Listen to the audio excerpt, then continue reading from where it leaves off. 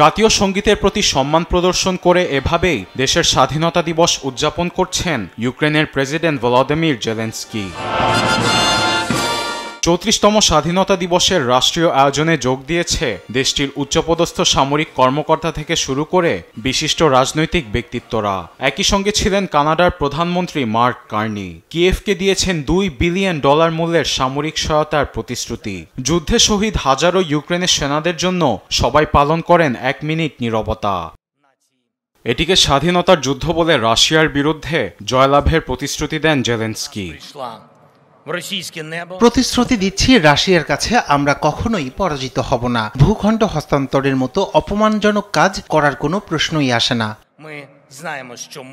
এদিকে রাশিয়ার কুর্স্ক অঞ্চলে রুশ সেনাদের সঙ্গে কাঁধে কাঁধ মিলিয়ে যুদ্ধ ময়দানে লড়ছে উত্তর কোরিয়ার সেনারা। শনিবার এমনই ফুটেজ সামনে এনেছে পিয়ংইয়াং। মিত্রকে পাশে রেখে কুর্স্ক অঞ্চল সম্পূর্ণ নিয়ন্ত্রণের দাবি করেছে মস্কো।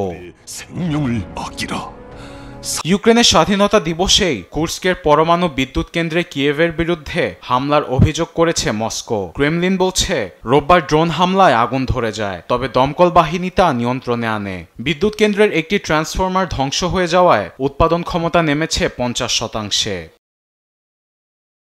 এ হামলায় দায় স্বীকার করেনি কিয়েভ। পাল্টা ইউক্রেনের প্রতিরক্ষা লাইন ভেঙে দনেস্কের আরও 2টি গ্রাম দখলের দাবি করেছে রাশিয়া। তবে স্বাধীনতা দিবসের জাতির উদ্দেশ্যে দেয়া ভাষণে দেশের মানুষের সাহসিকতার প্রশংসায় ভাসিয়েছেন প্রেসিডেন্ট জেলেনস্কি। 3 বছরেরও বেশি সময় চলা যুদ্ধে আমরা ভালো অবস্থানে রয়েছি। ইউক্রেনীয় সেনা, চিকিৎসক, উদ্ধারকর্মী সহ সাধারণ মানুষের প্রতি কৃতজ্ঞ।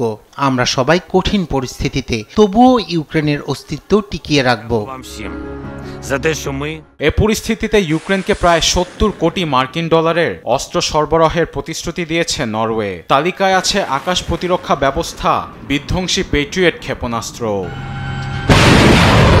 আরবিদ আফসার, নিউজ ডেস্ক, দেশ টিভি।